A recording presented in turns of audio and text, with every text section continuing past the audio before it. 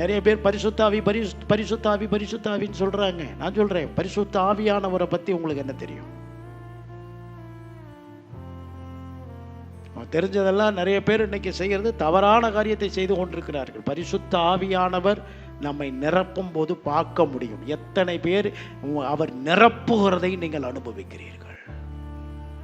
அவர் நிரப்புகிறதை நீங்கள் அனுபவிக்க முடியும். அவர் உங்களுக்குள்ள இறங்கி வருகிறது தெரியும். கற்பனையிலே நிறைய பேர் அபிஷேகத்தில் நிறைய என்னன்னே தெரியாது, கை தட்டுவான், பரவசம். நான் சொல்றேன், ஆவியானவர் கற்பனை கிடையாது.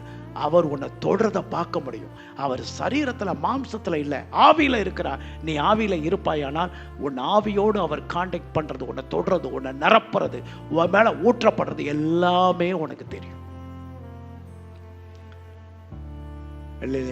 அப்போஸ்தலர் நடவடிக்கையில் பரிசுத்த ஆவியானவர் வந்து பெந்தெகோஸ்தே நாளில் இறங்கும் பொழுது என்ன நடந்ததுன்னு பாருங்க. அவர்கள் மீது காணப்பட்டு எல்லாமே நிரப்பிற்று. அந்த நிரப்புதலை அவர்கள் கண்டார்கள்,